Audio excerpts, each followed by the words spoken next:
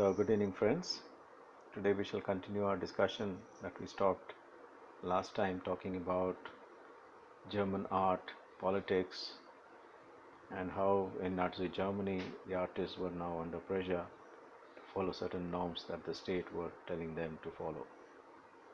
So, I call this particular lecture The Great German Art and Political Ideologies, keeping in mind the conflict that the modernists were facing in Germany. So, the most important thing about modernism was its fast changing nature, restless experimentation that the modernists wanted to do. And Hitler believed that this has to be stabilized so that art also could have some kind of stable form. And he believed that the state alone could do this. And he also believed that the state had a responsibility of defining the nature of the real.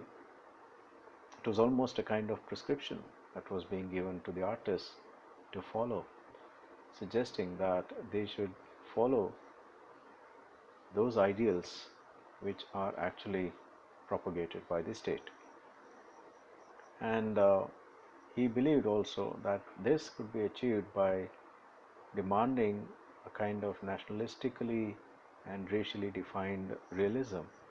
So these two ideas we have to remember about German nationalism, which was of course directly linked to the superiority of the Aryan race, which Hitler believed in. So he expected German artists to work towards it, to building a better image of Germany as a nation. As we have seen, the modernists were accused of distorting human form, and we also know how Hitler was proud of the German people, not just about their intellectual abilities but also about their physical abilities. He believed that they were also physically strong people, and as a people and as a population, if you go by eugenics, then he believed that the German people in their population was extraordinarily strong and much better physically, culturally, and in all aspects of human life than many other people in the world. And he felt that the German people were being presented as inferior, as rotten cretins, and so he was angry with the modernists in Germany, the artists, and he thought that they were misrepresenting the German people. So he called for a kind of prohibition of these people from practicing their art, the modernists in Germany, and he accused them. He made statements saying that they suffered from a kind of eye disease and therefore they could not see reality properly.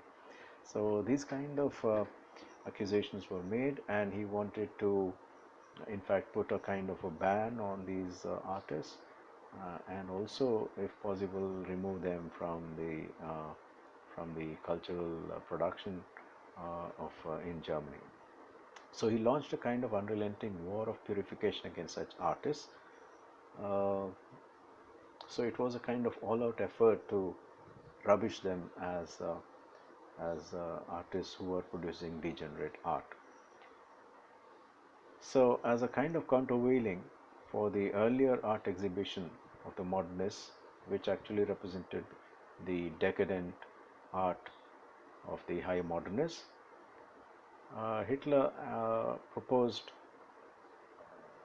having many more exhibitions in Germany of what he wanted to call the Great German Art, and these were held between 1937 and 44, and the works of these artists had to be basically very popular, and they also had to be comprehensible so that the common people could understand what art was trying to portray and what it was trying to represent and what message it wanted to give. And so the second point is that uh, it had to be heroic, in line with the ideals of National Socialism. So it had to present a heroic idea of Germans. And the third point is that it had to declare its faith in the Aryan ideal of racial supremacy. So these things they had to follow. This was expected of them. So critics began to question this, and they asked if this was a kind of revival of classical art, because classical art, as we know, has to conform to certain standards, certain norms. And so they asked if art had reached this one where it is now a revival of classical art with a kind of with a touch of kitsch. As we all know, kitsch is a kind of a very cheaply popular kind of art, appealing to sentiments of people. So this was the major accusation that was made against this art, which the modernists believed was more propagandist than free art. The thematic structure of most of these artworks was that of the worker, the farmer, the soldier, all heroic characters, rugged Germans working on the fields, working on the war front, and working in German industry. So these themes actually dominated German art, and it was a kind of a sentimental appeal to people, trying to portray them as very hard-working Germans. So Butler claims that the communist sympathizers like Brecht also violated this boundary between the political and the private, because as we can see, when you give a prescription to individual artists, it can be seen by the artist as a kind of intervention into his private thinking, his mind, his way of going about things to work as an independent artist. So they thought that they were actually being pressurized to toe the line, the official line.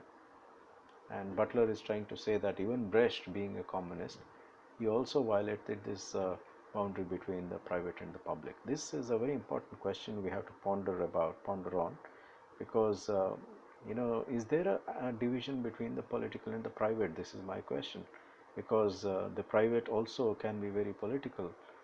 Every statement that we make. So I am a bit suspicious about this statement that there is a kind of a boundary between the political and the private. I think in modern states, institutions, democracies, the private is the political, and the political is private, and the political is also public. I don't think we can function as apolitical beings. So this is a debatable point we have to think about.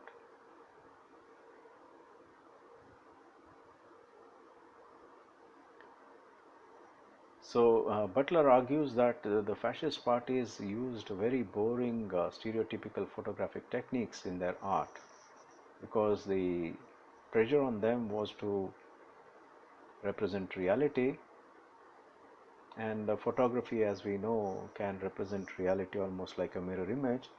And so some critics, including Butler also, they try to argue that techniques like photography that are used cannot be considered as art, because art is always individual effort. So this is one argument that conservative critics of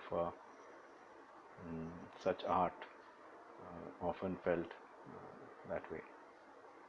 So what is the difference between photography and art? I think you have to read up Walter Benjamin's very famous essay, The Work of Art in the Age of Mechanical Reproduction, to understand the concept of art, and how art comes under tremendous pressure to change its own representational form in the age of photography and other such technological improvements. Butler quotes uh, German artists like Jürgen Wagner's German Youth and Richard Spitz's Nazi Vision of Greatness, and even Hermann Otto Hoyer's picture of an orating Hitler on a dais in a dark room, where the listeners are seated and their faces are just illuminated by faint light, and they are very eagerly waiting for Hitler to speak. So all these paintings are given as examples by Butler to suggest that this was what the great German art was all about, that it was actually highly propagandist in nature. The Soviet and fascist politics was trying to appeal actually to a kind of popular imagination of the mass, as against the liberal individualism of class art. So we have the concept of mass art, which is more popular, trying to appeal to the masses, and the idea of class art, which was high modernist art, which appealed to a small section of the aristocrats and the upper classes of society. So the nationalist socialist revolution, according to fascists, had actually dethroned that kind of individualism of thought, and it had replaced it with a kind of communal thought. Communal here should not be misunderstood with how the term is used in places where there are conflicts, communal conflicts, but more as a kind of collective. Joseph Goebbels, as we all know, the right-hand man, one of the right-hand men of Hitler, who was also working in the Ministry of Information, what we call Ministry of Information today, and he was a great propagandist for Hitler. And he proclaimed in 1937 that the abolition of art criticism was actually directly related to the goals, the nationalist goals of Germany, of purging and coordinating German cultural life. So the state now had actually taken over monitoring and then giving directions to how cultural production should, what shape cultural production should have, and how it should proceed. So culture also became a part of state policy. So this is what we have to understand. So the person, an artist who claimed that he was working to produce cultural artifacts, was now no longer a free individual who could claim that he wanted to, or he could, he produced uh, independent art.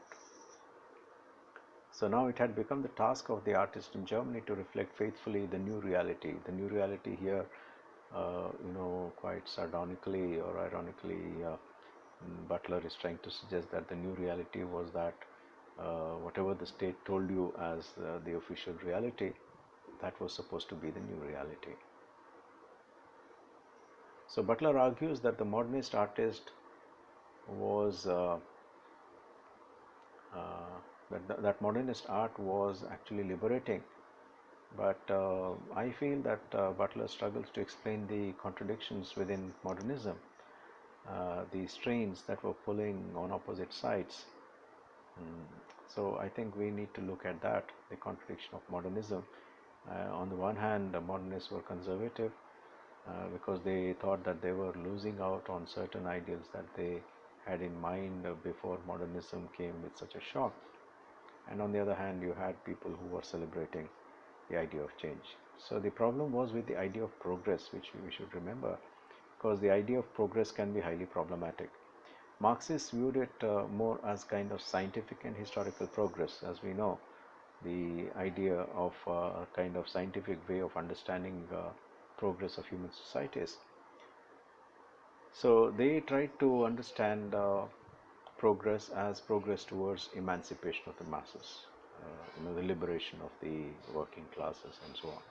Whereas the conservative modernists wish to hang on to the old canonical notions of customary high art, which they don't want to give up so easily. They considered art as something superior which could not be so easily accessible to the masses. For the liberal individualist modernists, however, individual freedom to publish or practice their art without norms or curbs was considered supreme. They didn't want to sacrifice that notion of art, so they wanted to stick on to that. So you have a conservative group which wants to continue with those notions of high art, and you have a liberal group, and perhaps you also have a left group which wanted artists to represent art in such a way that it had these overtones of emancipation. So Butler presumes that radical left and conservative right were pulling hard on two ends of a kind of liberal centrist modernism. I have my own reservations about this because I don't think even in the early 20th century there was something called the liberal center, because the center was still a kind of a right or a left uh, proposition. So this is a bit problematic. So there is nothing like the liberal center, I feel. there were always the conservatives, and there were the left, uh, the left of center modernist artists who wanted to uh, develop a form of mass art. The center was a kind of very weak, dying kind of liberal humanistic center, which was fast disappearing with the onslaught of uh, the kind of democracies that were coming up, with the kind of pressures of the masses and the people on art to change its mode of representation. Butler, however, rightly accepts the fact that it is important to understand the nature of the avant-garde itself if we have to understand modernity. I think finally he's coming to some kind of conclusion that modernity had its own contradictions and its own problems. And he tries to he agrees with another thinker and artist who says all avant-garde art is made by artists who have a very strong commitment to kind of iconoclastic aesthetic values. Iconoclastic means that you want to actually shatter all those old ideals of art and then move on to something new. So the iconoclastic artists, who believed in demolishing old forms, they also wanted to reject both popular culture and middle class lifestyle. So on the one hand, you had a middle class lifestyle, bourgeois lifestyle, and people who had bourgeois tastes of art. And on the other side, there were huge demands that were being made on art by what we today know as popular culture. Butler borrows Diana Crane's idea. I was searching for this name when I was talking about it just a little while ago. So he borrows her idea to talk about a kind of aesthetic avant-garde and a political avant-garde.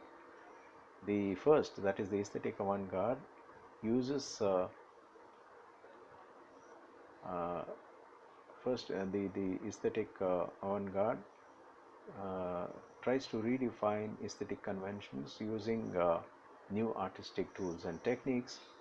And the second, which is the political avant-garde, she says, incorporates critical social and political values which are different from those of the majority culture. I think here when she is talking about majority culture, she is talking about the high bourgeois culture which was prevalent then in Germany.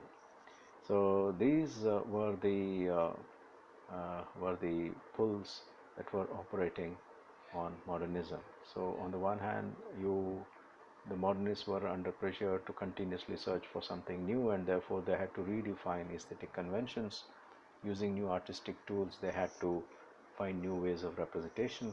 At the same time, there was pressure on them to critically represent social and political values, which were also fast changing. So we have the concept of aesthetic modernism, and we also have the concept of societal modernity. We have to make those distinctions if we have to understand the concept of modernism in art and the concept of modernity in society. Thank you very much. We shall continue next time.